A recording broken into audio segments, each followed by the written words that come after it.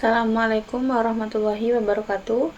Perkenalkan, nama saya Adilia Melani, NIM 240201036 dari kelas Sistem Informasi C.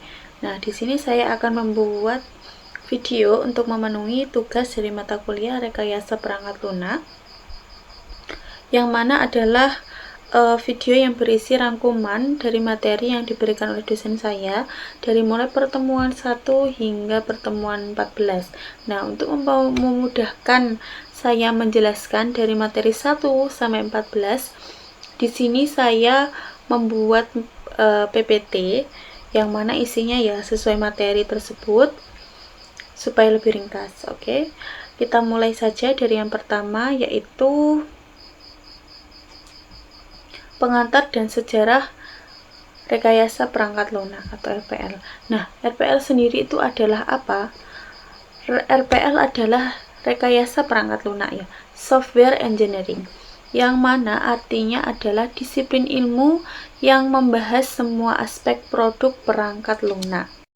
Nah, kemudian bukan hanya soal coding tapi mencakup manajemen proyek dan pemeliharaan. Tujuannya itu untuk apa? Tujuannya adalah untuk memperoleh biaya rendah, kinerja tinggi, dan reliabilitas tepat waktu. Seperti itu. Itu yang pertama. Oke, untuk selanjutnya di sini adalah ada siklus hidup pengembangan atau SDLC. Nah, tahapan-tahapan yang perlu kita ketahui di dalam SDLC itu ada 6. Yang pertama ada planning. Planning sendiri adalah definisi masalah dan kelayakan. Kemudian analisis adalah pengumpulan kebutuhan user, desain, perancangan arsitektur dan UI atau user interface. Implementation adalah proses coding atau konstruksi, testing, verifikasi, dan validasi sistem. Dan yang terakhir ada maintenance. Itu adalah perawatan dan upgrade sistem. Nah, secara umum 6 tahapan ini di sini itu penting sekali ya, teman-teman. Nah, planning itu yang pertama di sini kan definisi masalah. Maksudnya adalah mendefinisikan masalah. Terus yang kedua ada analisis. Nah, analisis ini adalah untuk membedah kebutuhan user. Nah, di sini ya. Kemudian untuk desain sendiri itu fase membuat cetak birunya.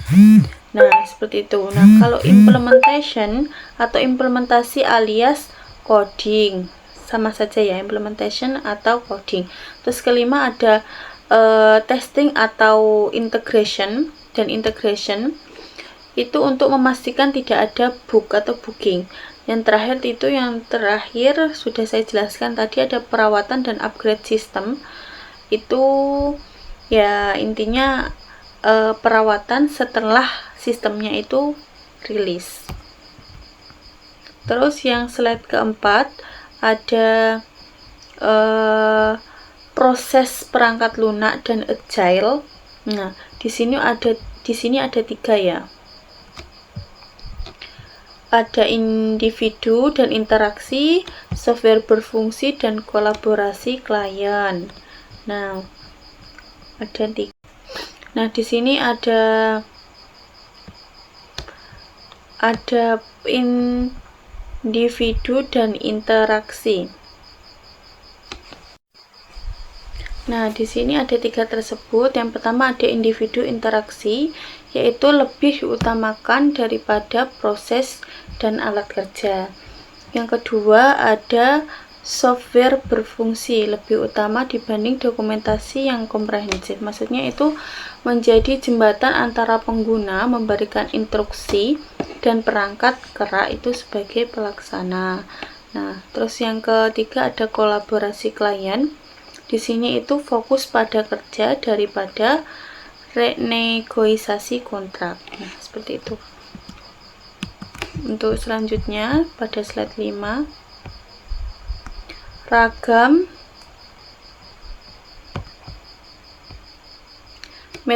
metodologi agile.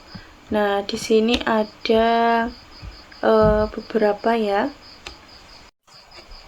Yang pertama ada Extreme Programming atau XP, yaitu fokus pada kesederhanaan komunikasi dan feedback cepat.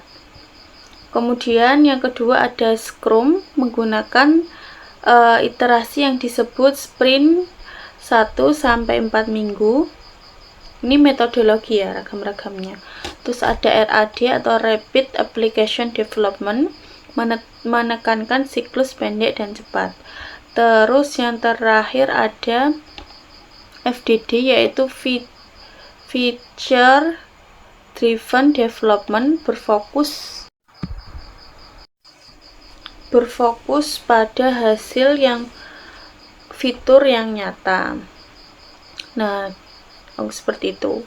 Terus yang selanjutnya ada SRS. Nah, spesifikasi kebutuhan SRS. Nah, kategori kebutuhan apa itu SRS? SRS adalah Software Requirement Specific. Ya, kalau nggak salah.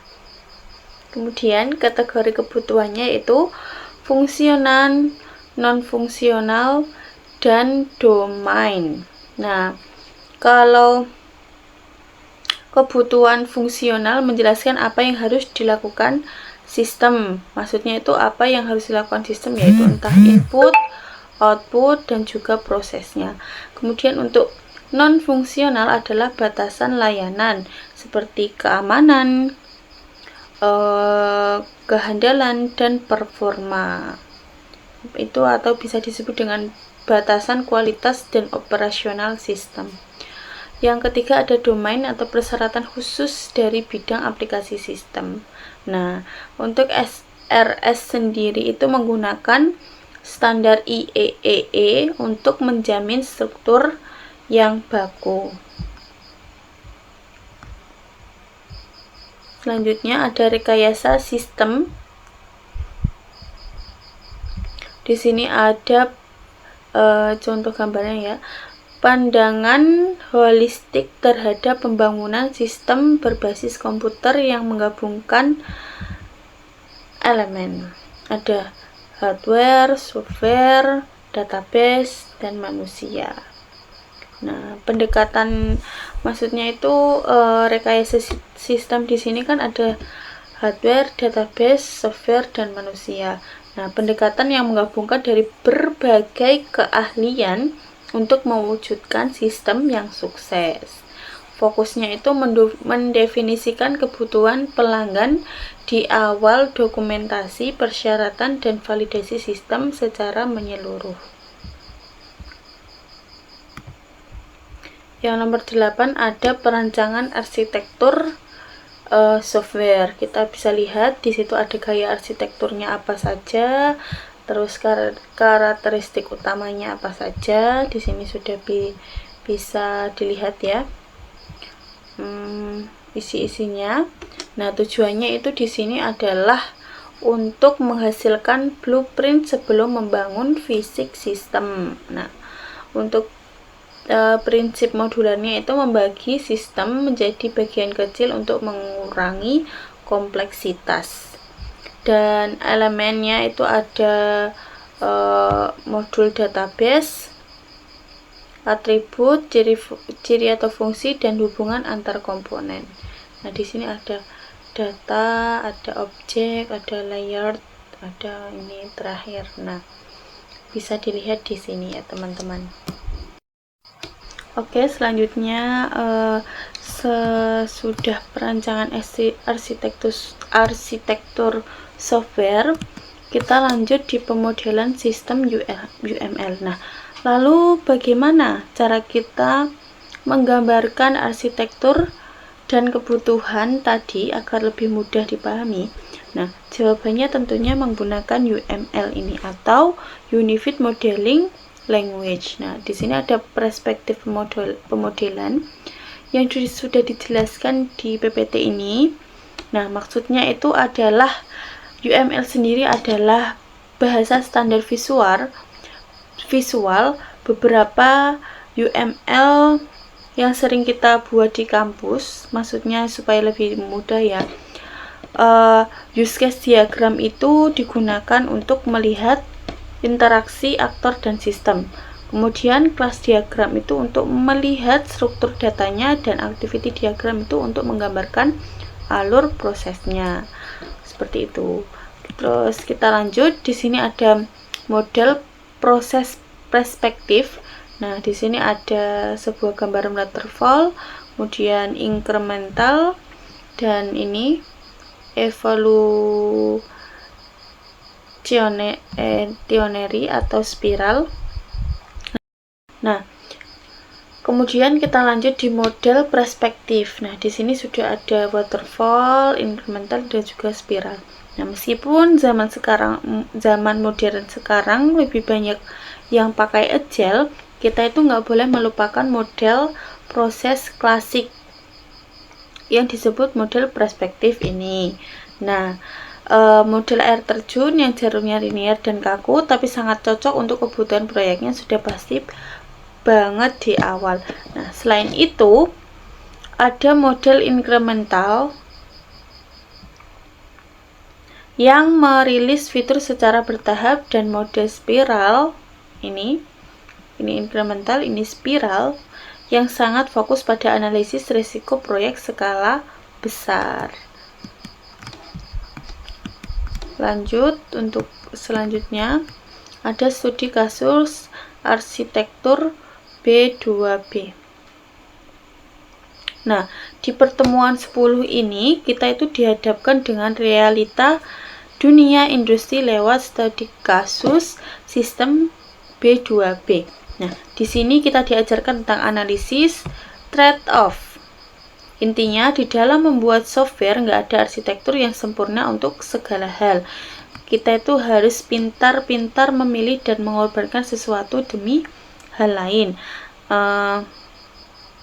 Apakah kita mau mengutamakan performa, kecepatan, menghemat biaya produksi, atau mempermudah proses maintenance di masa depan?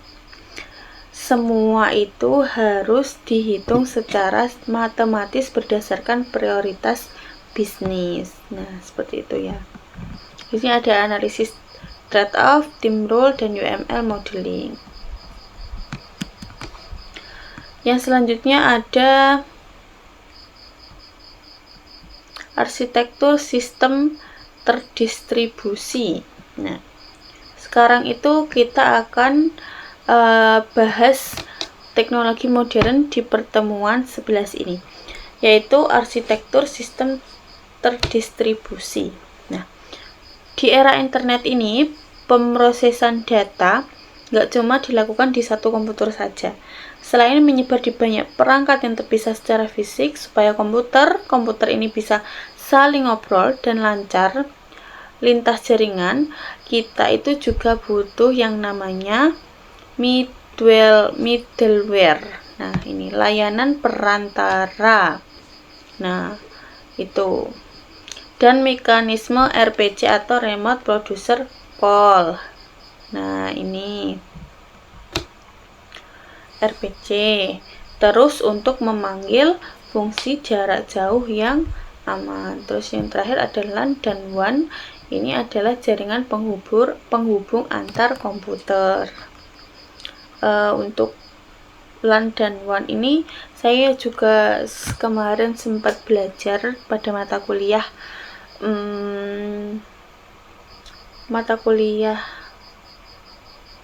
apa ya, saya kok lupa itu,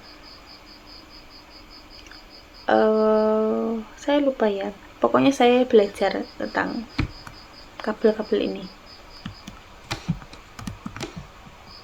Terus yang selanjutnya ada desain antarmuka UI.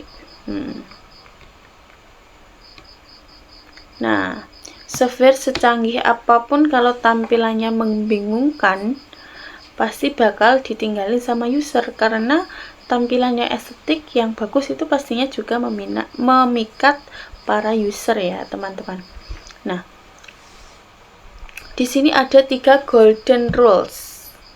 Ada place user in control, produce memory load, dan make interface consistent. Nah, di sini maksudnya adalah yang pertama, berikan kebebasan pada user, otomatis memberikan kebebasan pada user.